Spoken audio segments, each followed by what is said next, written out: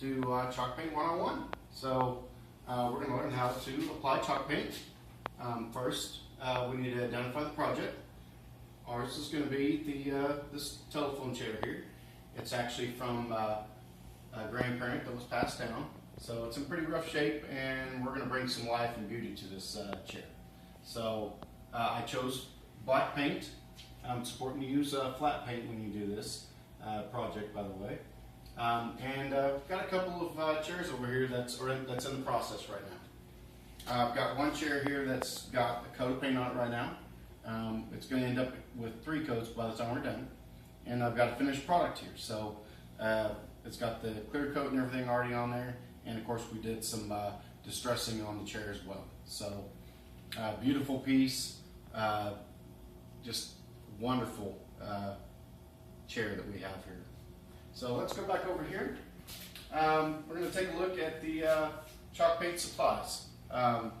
First we have our flat paint that we're going to use, of course the black latex that we talked about over here. Then we're going to go with the plaster Paris, which is right here. We need stir sticks, measuring cups that you're not going to use obviously for food or anything you can. You need your paintbrush, your fine sandpaper or sanding block, your polyacrylic, which you can use wax if you don't want to use the polyacrylic as well. You'll see you can find other videos that talk about waxing. I did choose the polyacrylic, and I went with satin. I like just the sheen and the finish that provides, but also more importantly for me it's the durability. I've got 5 kids and I want something that's going to stand up and stand the test of time. So and then last you need some water. So really next thing we need to do is mix our paint up. So let's get to it.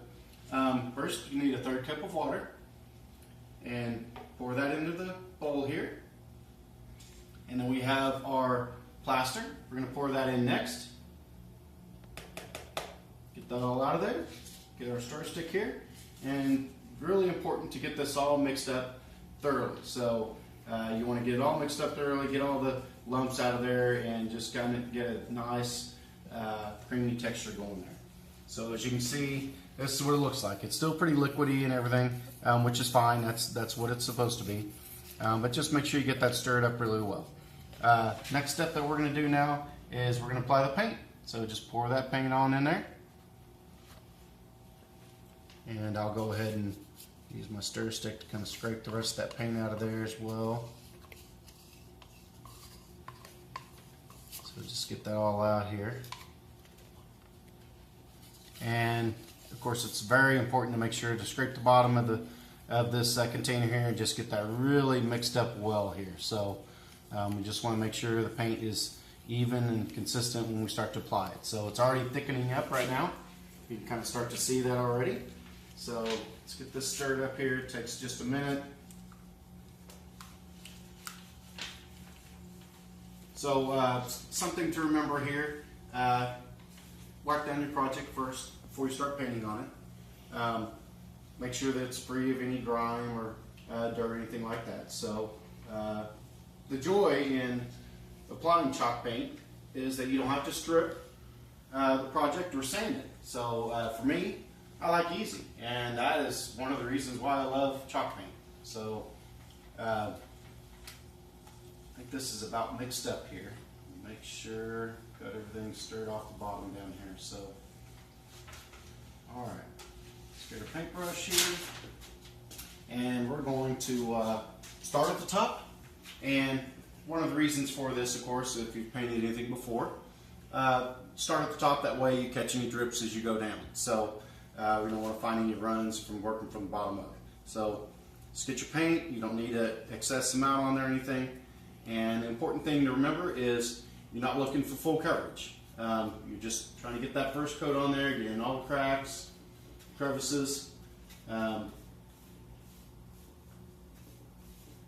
try to keep my brush strokes going in the same direction depending on what area I'm painting on the chair here. So just get some full coverage on here.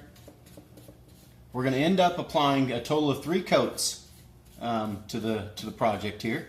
I found that that's really what's needed to get the proper coverage on this project or on any project you might be working on. So again, you don't have to worry about whether or not the paint's going to adhere to the project, even though it's not sanded or anything. With this plaster in there, that mixture really helps it bond to pretty much any surface. I've not tried it yet, but I know you can apply this to wood, glass. You can even apply it to metal. So, I mean, there's a lot of different things you can use. It's very versatile.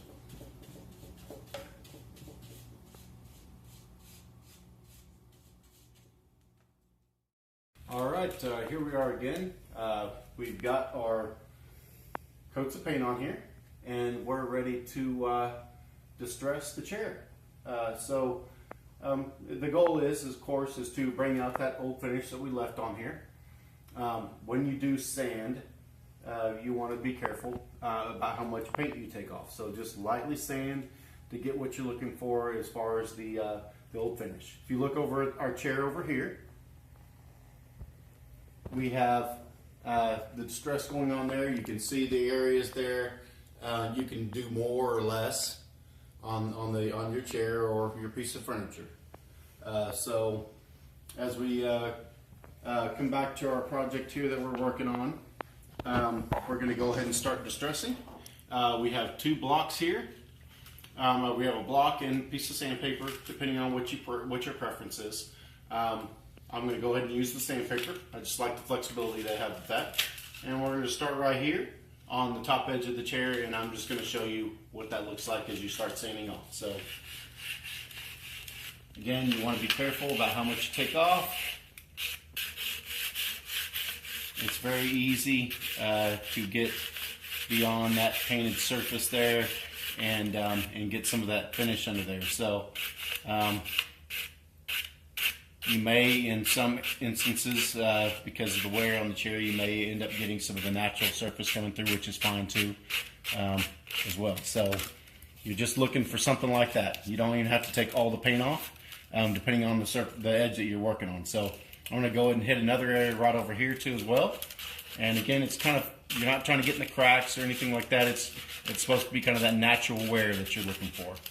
So this is where you're going to see some of that finish coming through right here.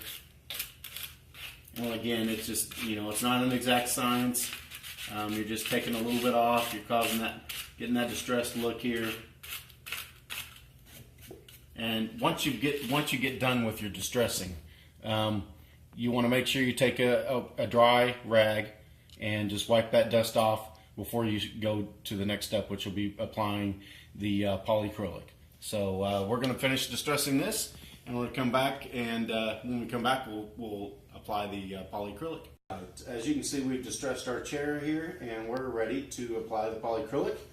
It does have a milky finish to it. Don't worry about that. When you apply it, it will go on and dry clear. As you can see, we used it with the same thing on our chair that we have over to the side here. When you apply this, you want to apply thin coats. And I prefer myself to put 3 coats on for durability. So again, start from the top, thin coats so avoid drips and runs, and let's get to it. Always kind of brush off a little bit of the excess when you start with this. It's pretty thin stuff compared to paint, so it's runs very easily. So you just start brushing it on, and it'll all kind of smooth out as you put it on. So very simple.